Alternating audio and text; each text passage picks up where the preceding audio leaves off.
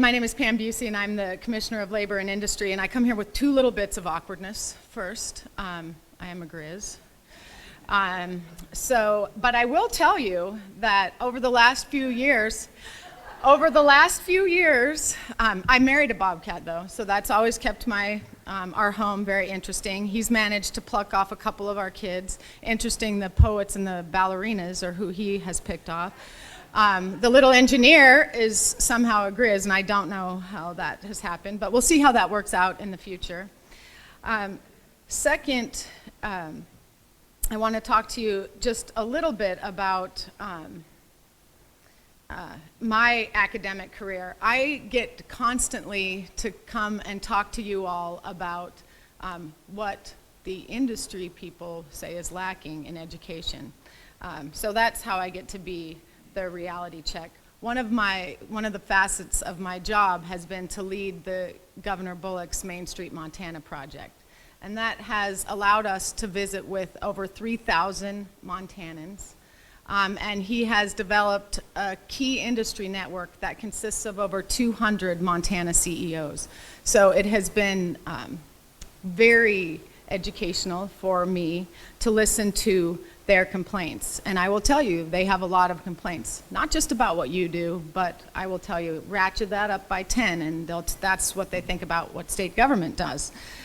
So it has been very hard to take in some respects, but once I started inviting Dean Kegel and Commissioner Christian and Deputy Commissioner Seck and many other folks to attend those meetings, frankly, people don't have any idea what you do. They don't have any idea what you offer. They really don't have any idea what's going on your campuses or what programs are in state government and how we can help them. I won't say all of them don't. Some of the ones that are sitting here today obviously do. They're here. They're working with you. But I just want to lay that groundwork. If any of you looked at my bio, you can see I am a dramatic consumer of higher education. I come and say everything that I say to you, knowing full well that I was the first person in my family to go to college, and it really, truly made all the difference in the world in my family. I mean, I come from very, very blue-collar stock. I left my undergraduate with degrees in political science and history and English writing and a minor in philosophy. And I remember my minor father saying to me, "Oh, good, well, what can you do now?" And he said, "Well, you can teach at least, can't you?" And I said, "Well, no, I didn't get a teaching certificate. I can't. I can continue to wait tables until I went to law school and then got a job, a professional job, I should say." But anyway, I am a believer in the education system, and I think all that you do is fantastic. So on that note, I will say I've learned a tremendous amount from you all. I had no idea how the higher education system worked. So when I would say to people, "Why can't we just do this? Why can't you just tell that campus that they have to do this thing?" And it turns out it's a lot more complicated than that. But the exciting thing is we all start these quests in a good place because the state of our economy is in tremendous shape. Unemployment is at 4.1% in September as compared to a national average of 5.1%. There are more Montanans working right now than ever in history, over 500,000 Montanans in the workforce. And low unemployment means higher wages, and that's very exciting. Last year we saw a 3.5% increase in wages, and over the last 5 years we have been 6th in the nation for wage growth. And I say this with pride, and certainly my boss, the governor, really says it with pride. But you have to take that with a grain of salt because we still are 42nd in the country with wages. So we have a long way to go to get our wages anywhere near where they need to be. But one of the interesting things about our economy right now is we're facing a very significant worker shortage in the next decade. About 6% of our workforce is over the age of 65. That is the 4th highest in the nation. We have 130,000 people that will retire over the next 10 years, and we have about 123,000 16 to 24-year-olds available. So even if every single young person in this state, went directly into the workforce, didn't go to college, we don't have enough people to fill the jobs we currently have. And the other exciting thing is we predict that Montana's economy is going to grow about 6,500 jobs a year over the next decade. So even though I am the liberal arts queen, the math really does not add up. We do not have enough people to fill those jobs. And those shortages will impact every single industry, every single sector of our economy. Specifically, construction and extraction, which I see those folks here today, healthcare, both practitioners and technicians, and manufacturing. So regional partnerships will be crucial to address this worker shortage and ensure that we have the workforce pipeline to address all of those business needs. Last week, I had the great fortune to attend much of the University of Montana's 21st Century Education Summit, and there was some very incredible discussion about the role of education, and specifically the role of a liberal arts education in today's economy. And I had the pleasure to serve on a panel with several of U of M's faculty, but myself and Larry Simpkins, who's the CEO of Washington Companies, were on the panel representing the industry perspective. And we were asked, you know, what does your industry need? If you were to pick something, what's the key need for your industry? And so Larry described the past month, his past month. And he had been to his shipyards, the Washington Company shipyards in British Columbia or Vancouver, and he had been to China about some kind of transportation issue, and he had been up here to their rail facilities up here. And he said, and then he had been to one of their restoration activities somewhere else in Montana, and he said, so if you were to ask me today, I would say welders. I need welders. I need welders at all 4 of those places. Give me welders, give me welders. But he said 4 years ago, I was saying, give me engineers. Give me engineers. I need more and more engineers. And frankly, now we're laying off engineers. We don't need engineers. So we need to be responsive, but we need to not be overly responsive. There is a very fine and delicate balance, and it's a tough one, and it puts you all, and certainly my agency as well, in a pretty tough position to know just how responsive to be. His final words, which I thought were very wise, were what we really need to do is communicate. We need to be in constant communication, because what I tell you today might not be what I need in 4 years. So we do have to be realistic. He said we as industry have to be realistic about what you can provide, and we need to be realistic about what we're asking for. And that's difficult. It's difficult to communicate like that, but it is the answer. The other thing that we talked about, and that both he and I talked about, is that we need to innovate. We really do need to show some innovation because there is a finite amount of resources to do this important work and train Montana's workforce. But I know we're up for it, and some really incredible things are starting to happen. As I said, I am novice. I am not an academic. I am new to working with all of our higher ed institutions, but really incredible things happen in really tiny, small ways, and that's how we're going to be able to address, those are the ways that we're going to address industry needs. Because some of these things are already being done, and I really do get to talk about MSU-Northern all the time, because I do think they are a model of how regional partnerships work. These folks have had historically incredible training cooperatives with local employers, with small electrical companies, with plumbers, and then with huge employers like BNSF and John Deere and GE. Those are the programs that are working because they've been able to adapt, they've been able to change, they've been able to get equipment from those employers and train their students on equipment that those companies need. And I will also say they've let those companies do some of the training themselves. And because we are in the middle of National Apprenticeship Week. I will start with an update on some of the exciting things that are happening in apprenticeship and how it really can be the solution for all of us in the creation of a workforce pipeline.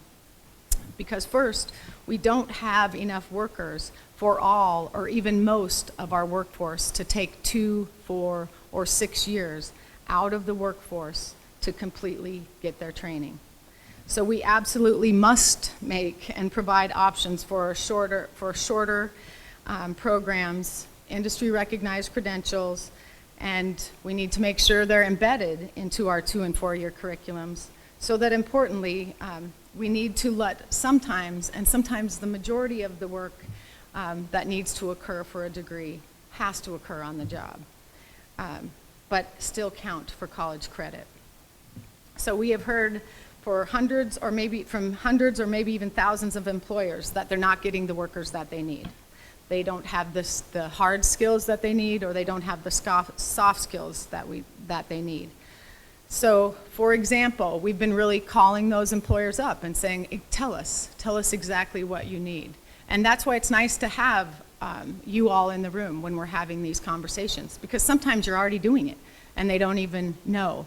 But for example, I've served on 2 panels and then been in the Key Industry Network meetings with executives from Oracle.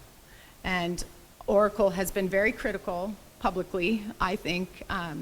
Not wildly critical, but they're fairly critical of MSU's computer programming department. And they did it, I was on a panel with them for 2 weeks in a row.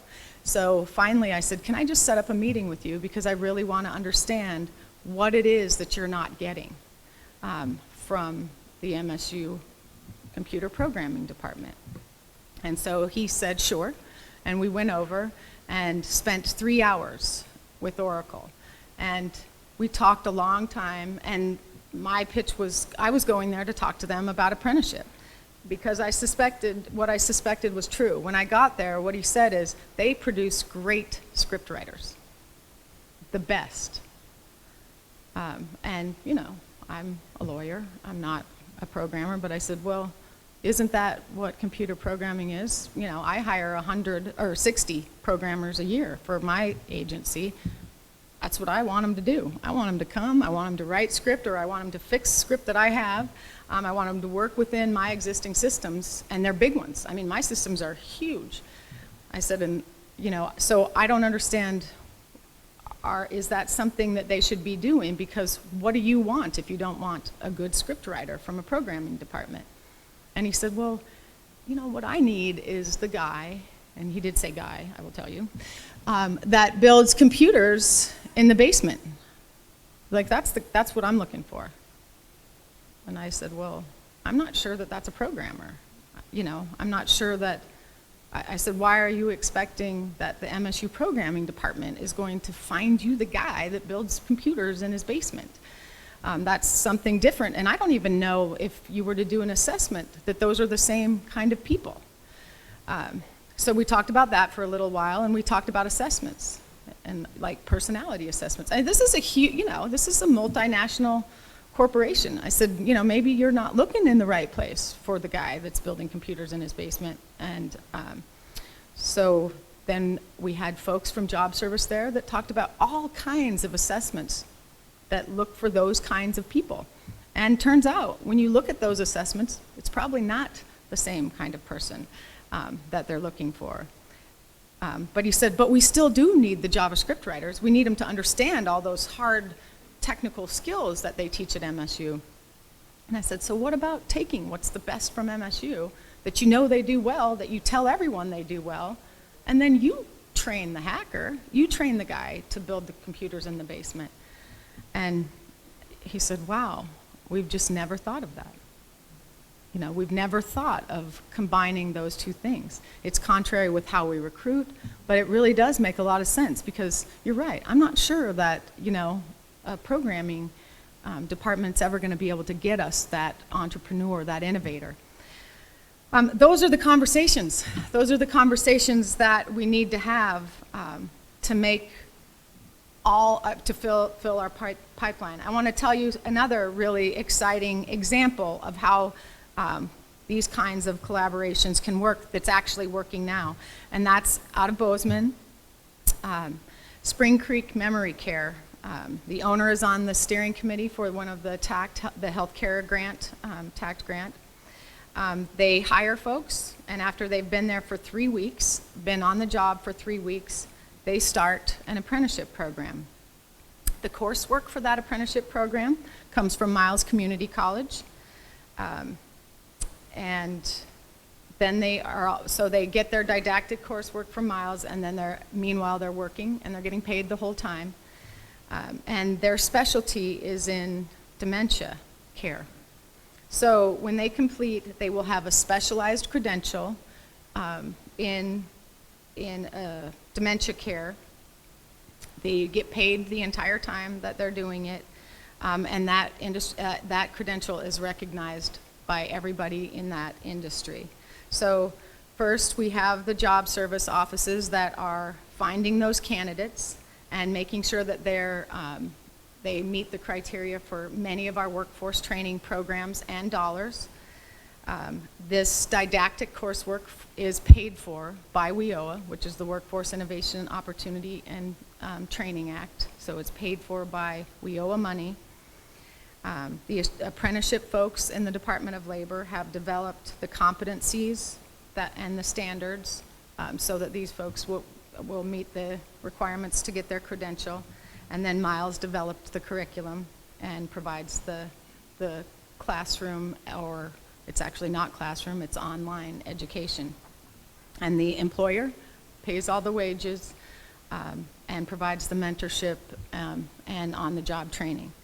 So at the end, we have someone with specialized skills who's incredibly loyal to that company for paying them the entire time they received their training. They're from the community, which is going to mean everything to those small hospitals who absolutely can't get the workforce that they needed. So these folks are from that town, they're apt to stay there, and that person is paid while they're getting their training. These are all folks that probably would never enter any of your institutions were it not for a program like this. And now that they have, and now that they're receiving pay at a much higher wage because they have this specialized training, they are much more apt to re-enter your institutions to become an LPN or an RN and see how that can be done. And as you all know, those curriculums are changing so that they can be provided remotely and in remote locations, so they're much more apt to do that and stay at their small town hospital. So I think this is the perfect model of where all systems have aligned and where everybody was working together as a team, as Mary just laid forth for you, to maximize what limited resources that we all have.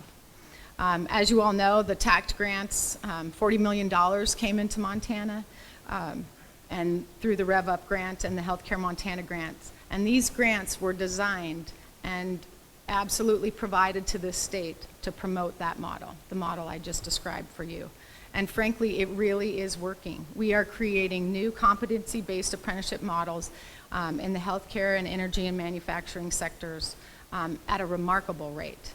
Some are statewide, some will be available at every campus, and some are very individualized training programs for specific employers in specific regions. We are also working to get existing apprenticeship programs accredited so that we can start to get traditional trade apprentices college credit for their many, many years of incredible training. And that way, if they have their apprenticeship program accredited, then they can enter your institutions to become project managers, to get a business management degree, or most importantly, as I hear from Dean Kegel and many other, they can be trained to be professors in some of those trades. That is a terrible, terrible shortage throughout our whole state, is finding people to teach traditional trades. So this is the answer, and it's a simple problem, and for years the university system refused to give them more than 15% credit for 5 years of incredible state-of-the-art training. I don't know if any of you have ever been to a JATC electrical training program, but they're incredible and have better equipment than usually you're going to see at any high school or college. So it's very fair that they get credit for that, full credit for that. And it's also, I mean, when I brought this up at the trades convention last week, they were so excited. All of them indicated there's many times in their career they would have gone back had they been able to get the credit for the training they'd already received. So, and I want to give a shout out to someone who has been instrumental in making these cross accreditation agreements happen, and that is Dr. Kirk Lacey, who I think is also an example of innovation. Someone we hired, a joint hire between the Department of Labor and the higher ed system. So they pay half a salary, we pay half a salary at the Department of Labor.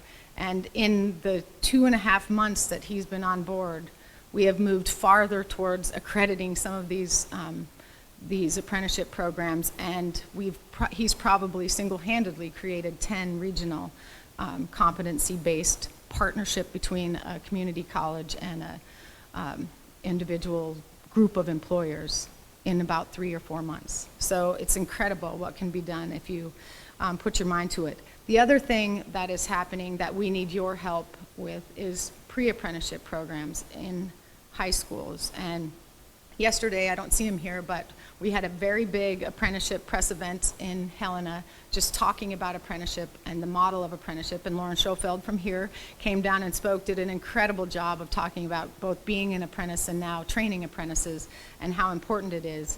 But what he encouraged us to do, and we've been working hard at it in the Department of Labor, is getting it into high schools so that and Great Falls is doing an incredible job with their welding program. We have 17 high school students last year that graduated with an associate's degree in welding. That's the answer. That's how we all, again, that high school work needs to be counted towards college credit. It just gets them in the door and gets them into the workforce very quickly. And finally, I want to talk about one other thing we need to do, and that is, as a workforce system, we just need to be more data-driven. We need to respond and use the data that's out there. My very first week on the job, I had a meeting with Commissioner Christian and Deputy Commissioner Seck, and I said, so how exactly does the university system, and this is before I knew what the system actually looked like, but I said, how do you determine how you're going to prioritize your resources and how you're going to meet the needs of industry? Could you explain that to me so that when I'm asked that question, which I'm asked at least once a day, every single day, I said, do you look at job projections, occupation projections? Do you take the stuff that the Department of Labor produces? And they all were very, very quiet and a little, embarrassed and said, no, we don't, And then he said, we let the market drive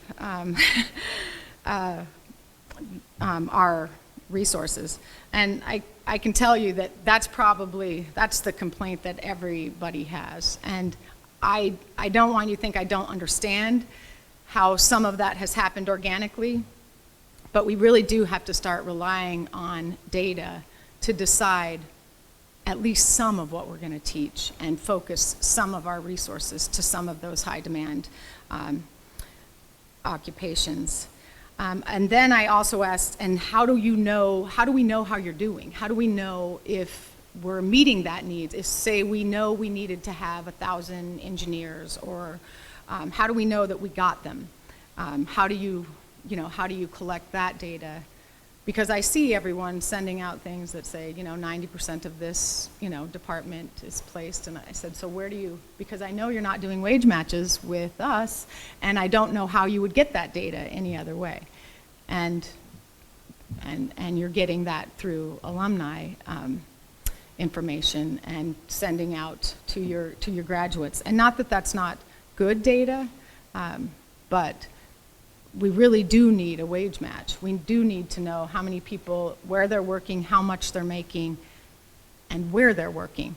So I learned something else in having this discussion, and that's that the Department of Labor, we have historically refused to join a group that allows us to share unemployment insurance data across the country, which I didn't know existed when I first started that job. So as a result of this, we have now joined that group so that when the higher ed system sends us all of their students, we can do a wage match, and I think it's in about 47 states. It's not all of them, but close, very close. So you will have incredibly accurate data about where your students go and how much money they're making when they leave. We also, Kirk has been working with several campuses to develop regional data tracking that we're going to do, and to that end, we've hired another economist to just do that work with you all. And we have even talked to the commissioner about maybe keeping those permanent jobs that we share jointly as well and that we pay jointly, because it's critical to what all of us do. We can't do our job very well without knowing that data, and you certainly can't do your job as well without doing it. So we are starting all of those programs, and I'm very excited about it, and I want you to know that I understand wholeheartedly how difficult it is to try and be responsive and track this kind of information with your funding models and, you know, a biannual legislation and staffing issues and all of those things. We struggle from it. We struggle with those same difficulties at the Department of Labor and throughout state government. But I also know that we have to do it and that we can do it. And I am astounded every day at the commitment, professionalism, and vision that's demonstrated at all of your institutions as I get to travel to them. I think though we face challenges ahead, this is the time for all of us to demonstrate the absolute relevance, flexibility, and visionary nature of the public workforce system of which we are all a part. And please know that we at the Department of Labor and the Bullock administration stand side by side with you in this endeavor. Whether we're asking the legislature, asking or begging the legislature for money to fund some of these items for training dollars, or locating employer sponsors for some of your programs. We're all in this together, and we absolutely will not be a success if we're not working at it together. So I thank you very much for having me here today, and I look forward to the incredible work that we're going to do together over the next few years. Thanks so much.